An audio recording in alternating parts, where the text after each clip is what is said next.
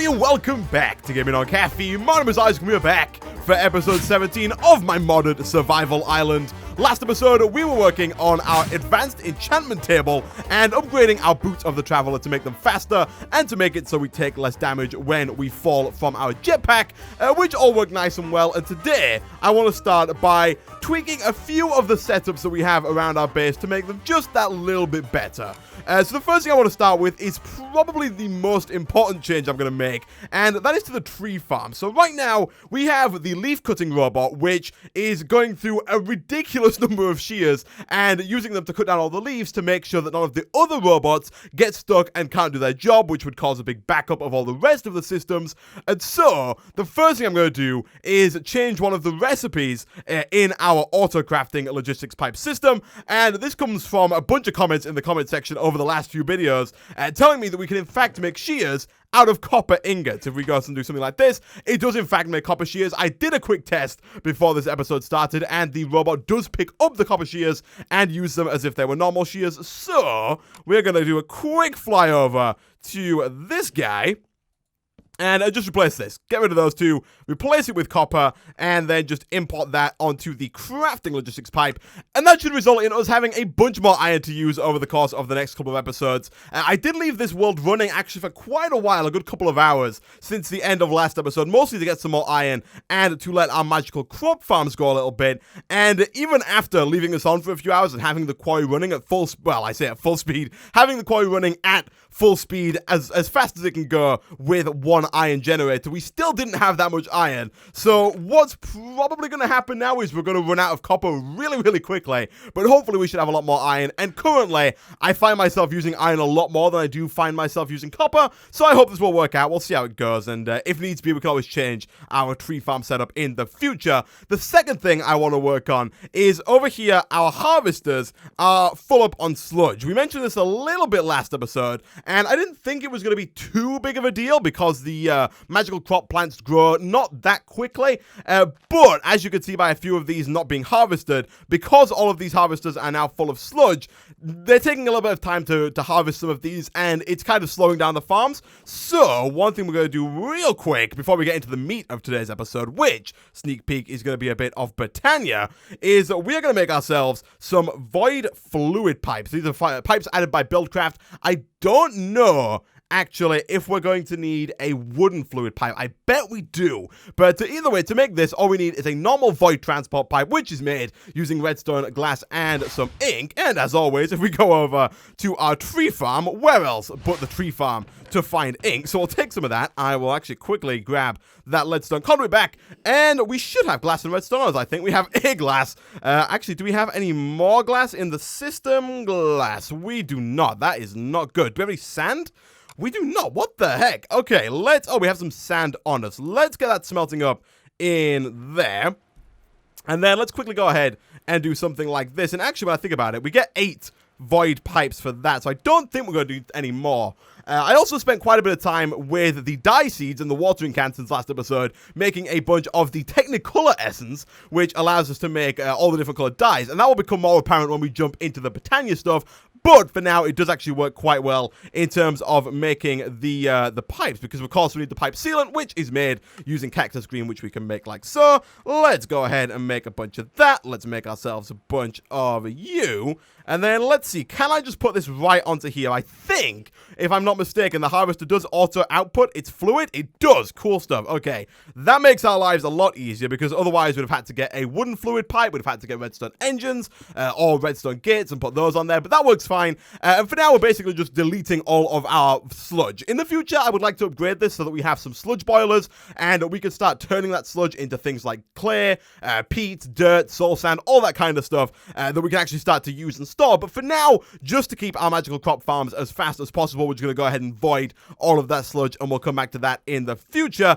And the final little thing that I want to do before we start with some basic Botania stuff is I would like to see if a sound muffler from, I think it's Open Blocks, maybe Extra Utilities, sound muffler into some extra utilities. I want to see if the sound muffler works with the machines over here, because it is still pretty loud, and the way that I have to like turn this down is by turning my block sounds down, which kind of turns down the sound of everything, which I don't really like. I like being able to hear the Minecraft sound. So let's go ahead and quickly harvest all of this stuff. That gets us a bunch of string, which we can then turn into normal string, and then therefore into wool.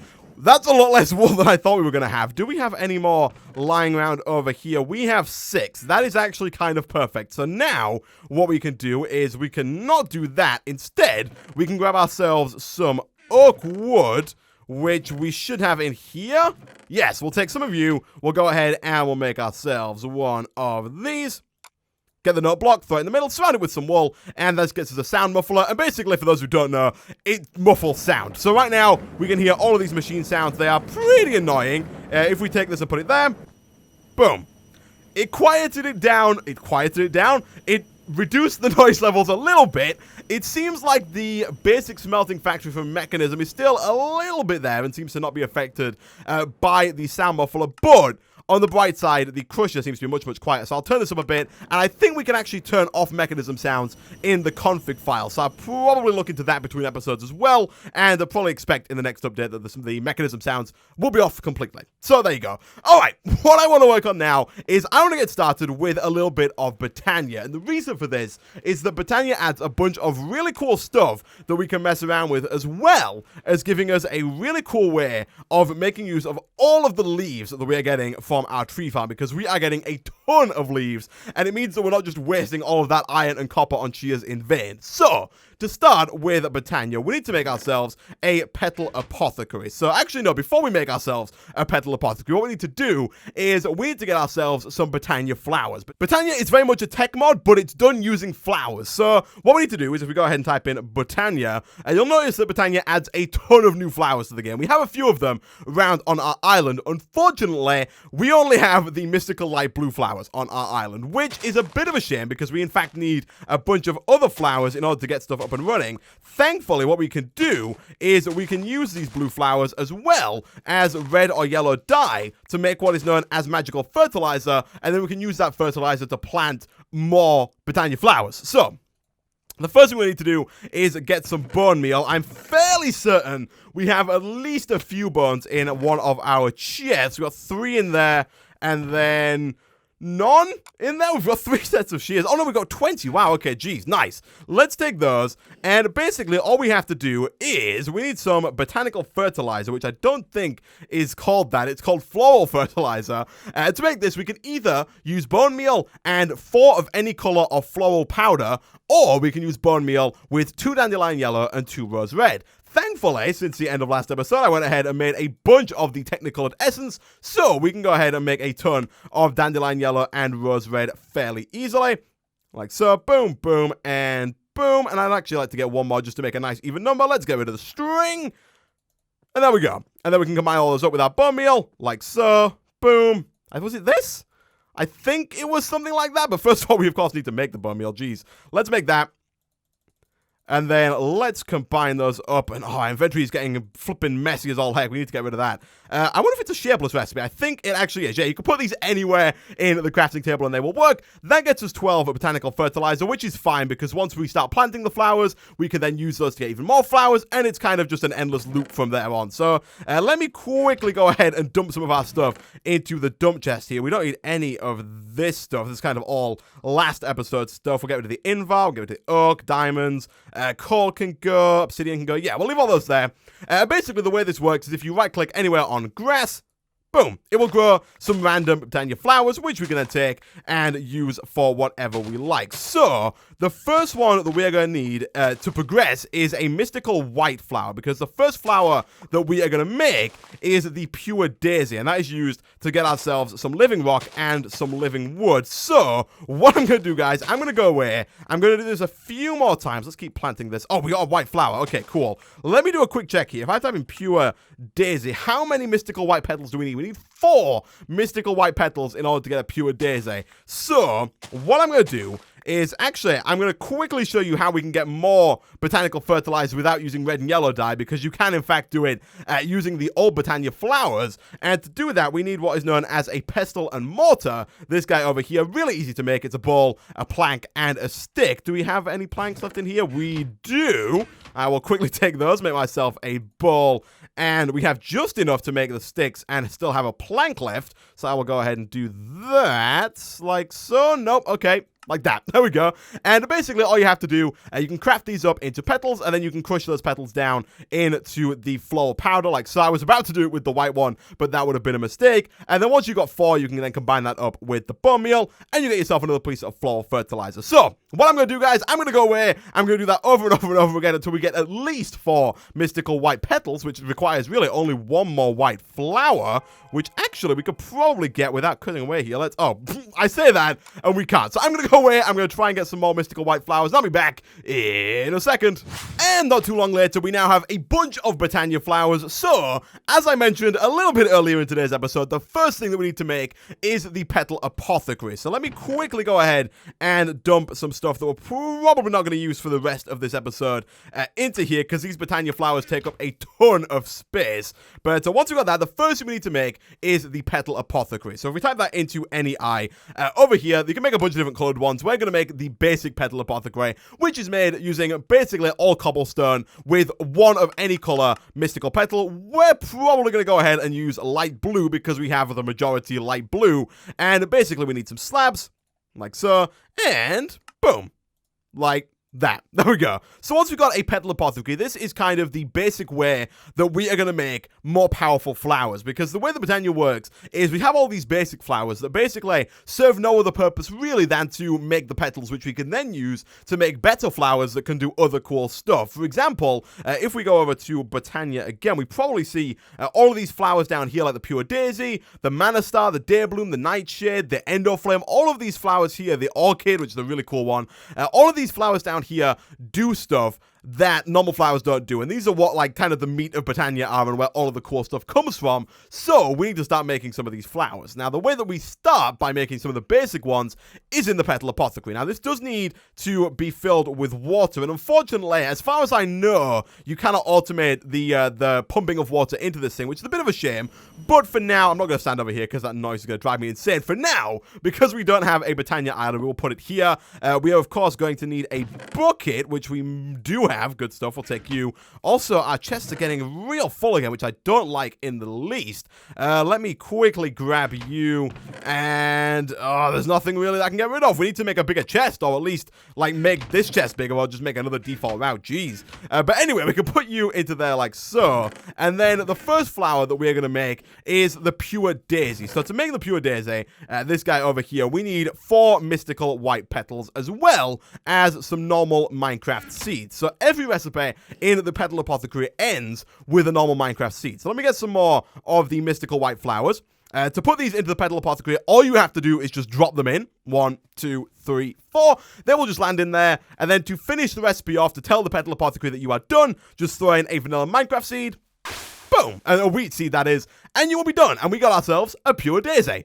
Nice! So we're going to go ahead and throw this guy down wherever we want. What I'll probably do between episodes is build another island somewhere for Botania, because we're going to need quite a bit of space to get all this stuff down. But for now, basically what this does is if you surround this with either stone or oak wood, it will turn them into either living rock if you put stone down, or living wood if you put oak down. So to begin with, we're going to use oak because we need to smelt up some stone before we can use it. Let me quickly get that underway in there. But if I go ahead and get some oak real quick and we stick it around that after my jetpack's running out of power. No! Oh jeez. We need to get some systems in place. Do we have charge pads? We have charge pads from Endertech, which I think are slightly mistextured. I'm gonna have to find out what mod in Feed the Beast Infinity adds those charge pads for industrial craft, because I would very much like to be able to charge my electric jetpack whilst I'm just kind of wandering around. Let's get you in there and charge that up real quick. We should also probably upgrade our bat box to an MFE or an MFSU so it charges up faster. That would definitely be a way to make sure we don't have to come as off. Well, we don't have to spend as long waiting for it, but nevertheless, we've got ourselves 12 oak wood. So let's head on back over here. And I forget how much I rely on this jetpack. Every time I try and fly when I don't have it, and it just doesn't work. Anyway, if we go ahead and surround this guy with some oak, and it only works in kind of the 1 block area around it, so you can only do 8 at a time.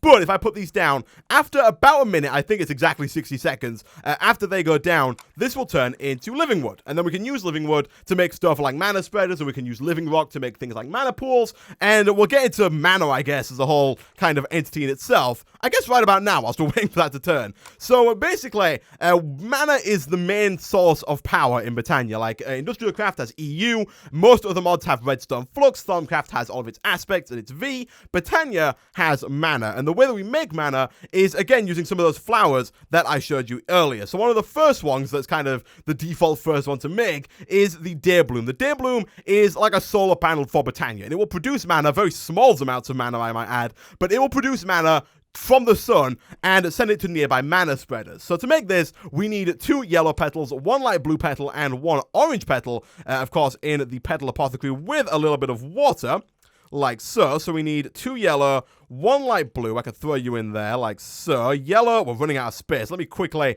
get rid of these slabs. I don't need those. Also, you know, I'm going to waste some oak as well. There we go. We got a ton of oak. It's fine, guys. It's fine. We'll take that. We'll throw both of you in there. And then we will get ourselves an orange as well. And if you put one too many by accident, shift right click takes the last one out. And then of course to finish it up, we just throw in our Minecraft seed. Boom! And we get ourselves a Day Bloom. Nice! So we can put that down anywhere we like. You can see that the oak wood has turned into living wood, which we'll pick up in just a second. But if we put this down, this will instantly start to acquire mana. And we can't see that just yet. There's no interface. You can't right click on it. But what we can do is if we quickly go ahead and harvest some of this living rock, we can make ourselves what's known as a wand of the forest, which is basically like a wrench for Botania, kind of like this this wrench we have over here from Buildcraft, and it's going to allow us to see inside the flower how much mana is being stored. So the way that we make our first wand of the forest, and again, let me quickly get rid of some stuff here. Jeez, our inventory is getting full. I'll have to sort that out because they cannot stay in there. But the way we do that is we use living rock to make living twigs. We need 3 of these. Like so, 1, 2, 3. And actually, whilst I'm doing this, let me quickly go ahead and grab this stone so we can start the transformation from stone into living rock. Like that. And again, I'm just kind of dump stuff in here for now because I know it's a free chest. Once we got ourselves 3 sticks, you can then pick any 2 color of petals you like. We're going to use blue and orange because we have them on hand. And you get yourselves a wand of the forest. It does not matter at all which 2 colors you use. They all do the same thing. The wand of the forest will not have different abilities based on what color you use. But if we go over here now and we right click, you can see right now it says unknown status. If we right click, we can see that this Day Bloom is full of mana. Now, that might sound like we've got a lot of mana. These Day Blooms cannot hold that much mana at all. So even though it is full, there is not that much in there. Once this is done, we are going to have to put down a little bit more oak because the next 2 things we need to make are the mana spreader and the mana pool. And a mana spreader basically is kind of like your pipes. It's not really a pipe because it's wireless, I guess, but the way it works is it will take mana from any nearby mana generating flowers, such as the Day Bloom, and if pointed at a mana pool, it will shoot the mana at the mana pool. The mana pool being like an energy cell for Redstone Flux and Industrial Craft, and it will store the mana until we want to use it to make other stuff or to power other flowers and all kinds of stuff like that. So what I'm going to do is I'm going to kind of wait real quick until this is done. Then I'm going to go ahead and make myself a mana pool. I don't think it works with great wood. I don't think you can turn great wood into living wood, but you can see that this is turned into living rock. You can see it's a slightly whiter color than it is normally, and we can go ahead and pick all of this up like so. Then we're going to need to quickly fly over to our oak production again. And by oak production, I of course mean our tree farm. Let me quickly go and grab 8 more of these.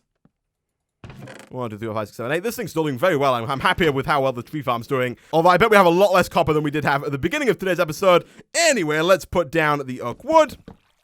Like so, it doesn't matter which way down you put it, this will still turn into living rock. Then what we can do is we can go ahead and make ourselves a diluted mana pool.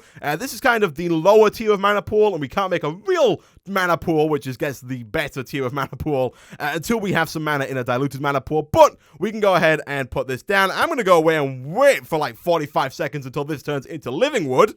And about 45 seconds later, now that we have our living wood, we can go ahead and harvest as much of this as is possible.